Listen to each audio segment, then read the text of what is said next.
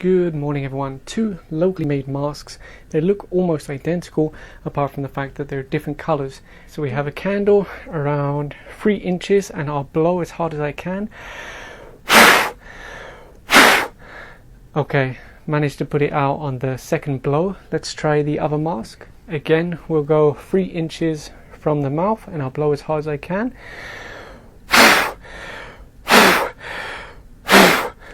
Make sure it's fitted right, everything is okay. And as you can see, I cannot blow it out from that distance at least. So straight away we know there are certain property differences between masks. And for the next test, we'll see the outside is hydrophobic, meaning it won't allow water to pass through. We'll start again with the purple mask. Let's bring this a little bit closer, pour the water in. And I can already see we have a lot of drips coming through the mask. The outside is not hydrophobic. And we'll do the same test with this one. We'll make it into a cup shape and pour water onto the outside. And you'll see we don't have any water passing through. I'll add more water.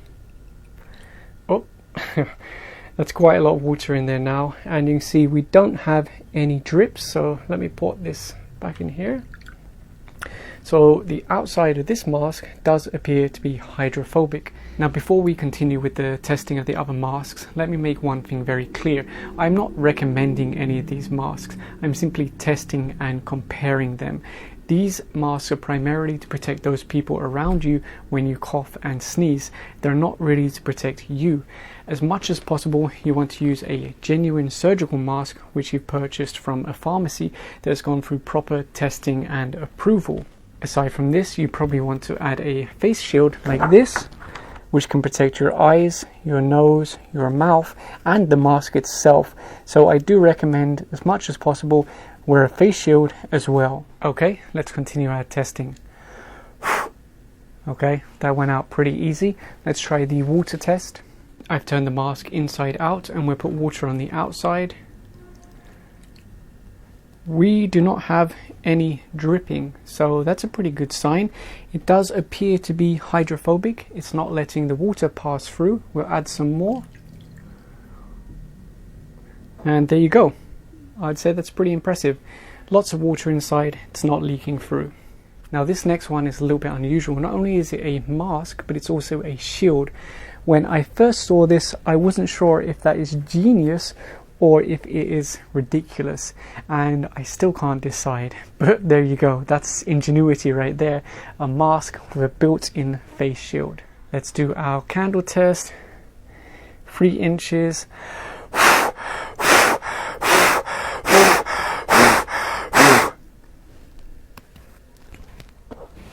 Yep, seemed to, ouch, got wax on my hand. Seemed to pass the candle test, didn't go out. We turn it inside out and check if the outside is hydrophobic. Okay, success. There's no water passing through there.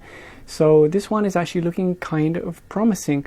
Not only do you have a face shield, but it didn't blow the candle out and the water isn't passing through. So pretty cool. So again, 3 inches.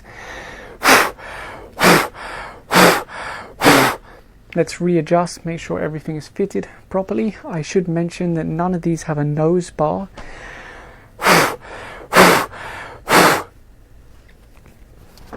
Okay, let's say it passed the blow test. Let's try the outside, see if it's hydrophobic. Oh, immediately it's passing through, and there you go. So the outside does not appear to be hydrophobic. Now this next one isn't really a mask, but some people are using them like that, so let's try it out. And we'll double this over so that we get a slightly thicker mask around the nose and the mouth. So let's go for the blow test. Okay, I was actually expecting that to go out a lot easier, but maybe because there's 2 layers and there's a slight separation where they're creased, maybe kind of helped a little bit, but yeah, I wouldn't put too much trust into this. As for the hydrophobic test, it doesn't really make sense to do it, but just for the sake of being complete, we'll put this into a cup shape. And yeah, obviously it's just spilling through, so Of course it's not hydrophobic, we knew that already. And now we move on to the final mask, which is kind of like a control test. This is a legitimate surgical mask, relatively high quality, and yeah, let's put it to the test. 3 inches. Okay, the mask is rising. Let me make sure it's fitted well. We'll go 3 inches again.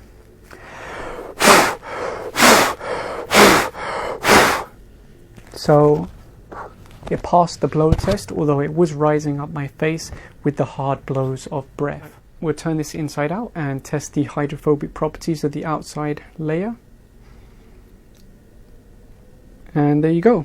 We don't have anything dripping through. We'll add some more. Still nothing coming through, so the outside does appear to be hydrophobic. And now I'm going to wash all of these masks with warm water and soap and see how they do on the second time, because although they say these masks are reusable, a lot of the time you will notice that the filtering properties, the hydrophobic properties, they lessen every time you wash them, and depending exactly how you wash and dry them could have a huge effect on how effective these masks really are. Now that all of the masks have been washed in warm soapy water, we're going to put them through the same test again. So candle, 3 inches. So there you go. Let's try the water test, see if the outside is still hydrophobic. So, okay, still appears to be hydrophobic. It's not letting any water pass through. Let's put some more. So, that's pretty impressive at least. Oh, there you go. We have a leak. So, oops. The hydrophobic properties have also been affected. And that's something that's important to note with these reusable, washable masks. Depending on how you wash them, depending on how you dry them, it can have a serious impact on the hydrophobic properties and on the filtering properties. So you have to be very careful about that. On to the next one, 3 inches. Okay, we were able to blow it out. Let's test the hydrophobic. So far, no water passing through, which is impressive because I think this failed the first time that we tested it. Let's try a little bit more water. There you go. It's coming through now. So it is coming through, and obviously I think this failed the first test anyway, but again, it failed the second time. Water was able to pass through. 3 inches.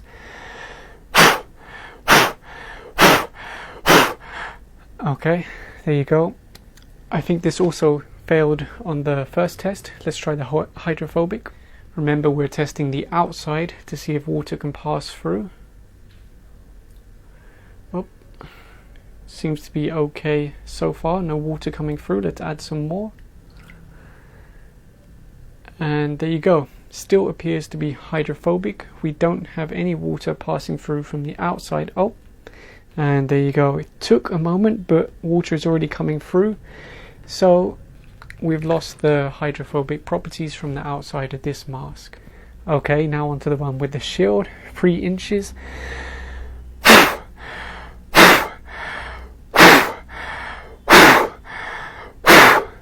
I think we're getting some movement on the flame, but it didn't go out. So this mask seems to be the mask that keeps on giving, but let's try the hydrophobic test. We'll make the outside into a cup and then pour in the water.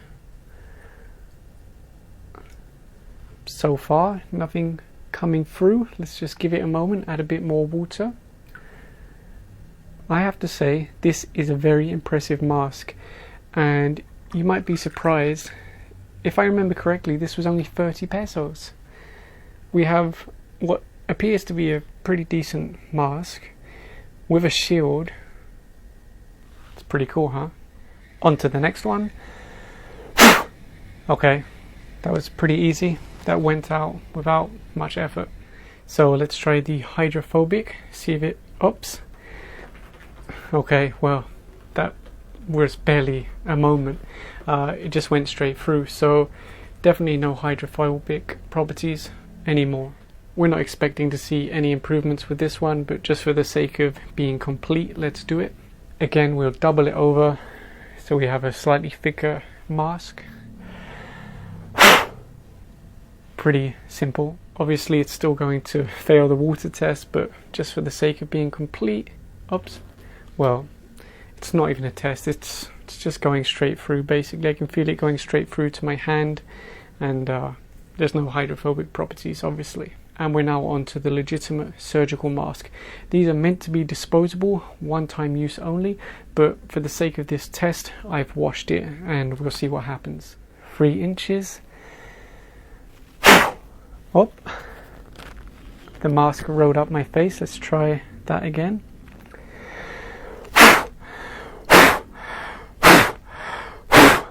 Okay, other than the mask going up my face, doesn't seem to put the candle out. We'll turn it inside out into a cup shape, put in the water, and there you go. Water is passing through. When we first did this test, there was no water passing through. So we've seen a degradation in performance just by washing this with warm soapy water. So here we go, a 3-ply mask.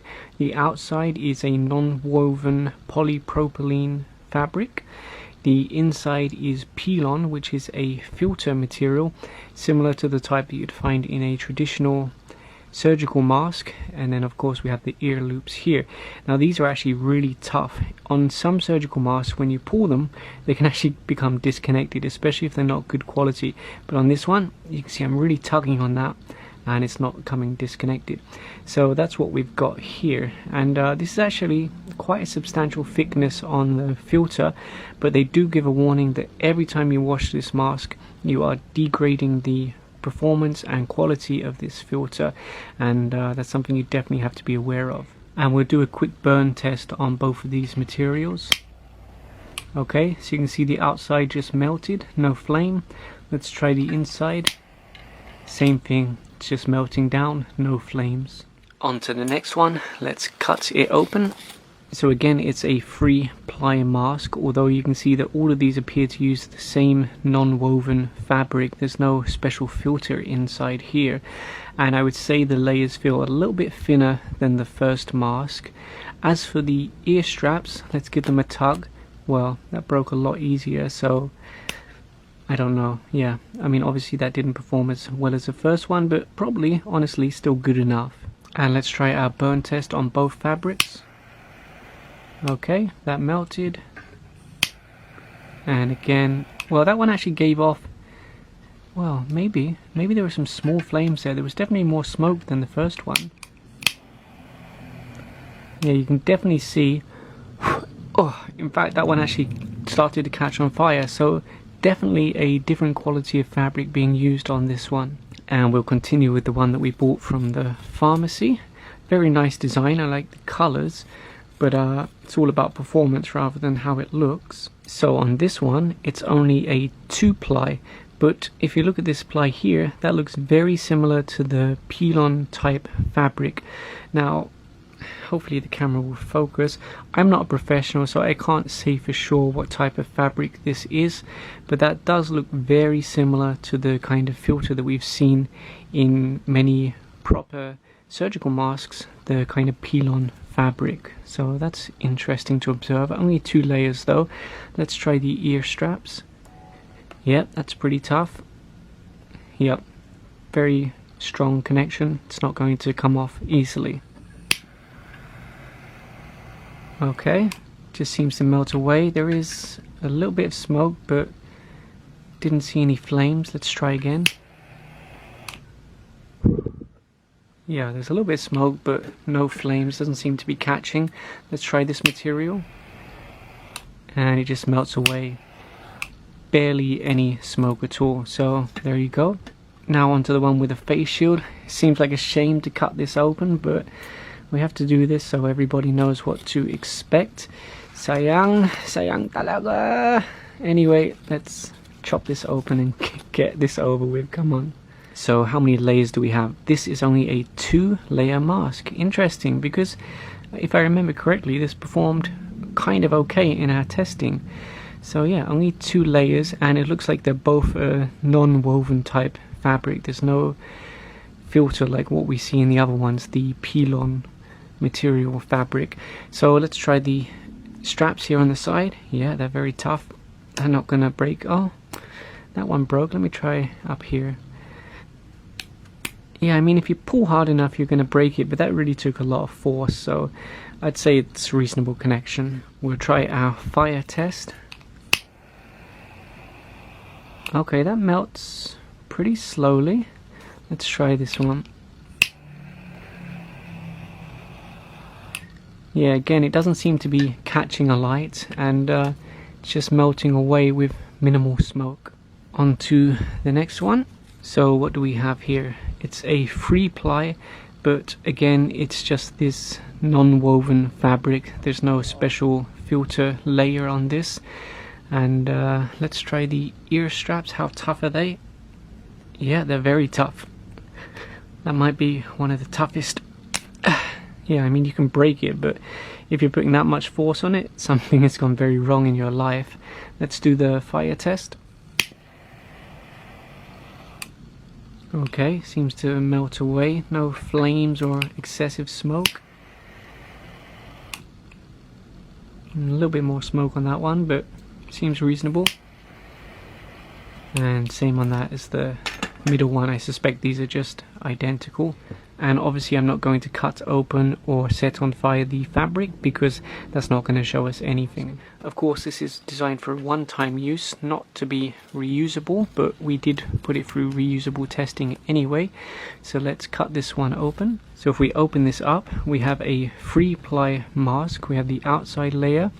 We have this inner filter, which is almost like tissue paper, but tears very differently. It feels kind of almost plasticky in a way, a mix of tissue paper and plastic, the way it feels. And then we have this inner layer here, which almost feels like a baking paper. Very interesting materials on this one.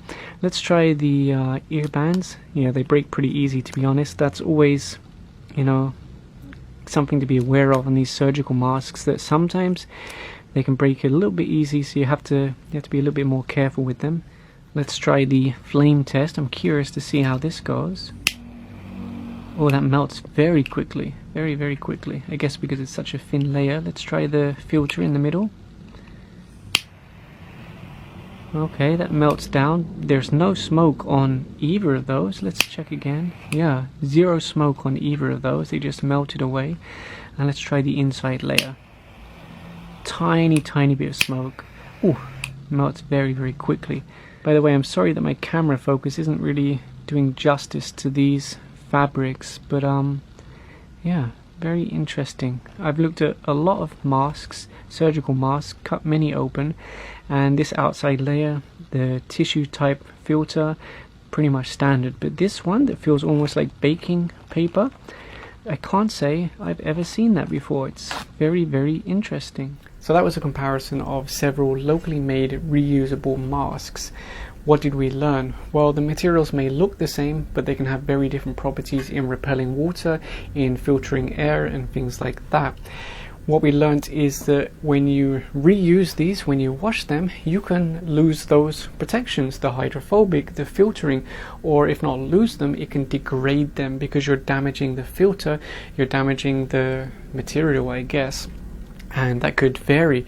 Did you use hot water, cold water? Did you use a special type of soap? Did you use a UVC lamp? Did you use steam? There's so many ways to clean these. If you follow the CDC guidelines, it's very complicated to do it properly to a high standard.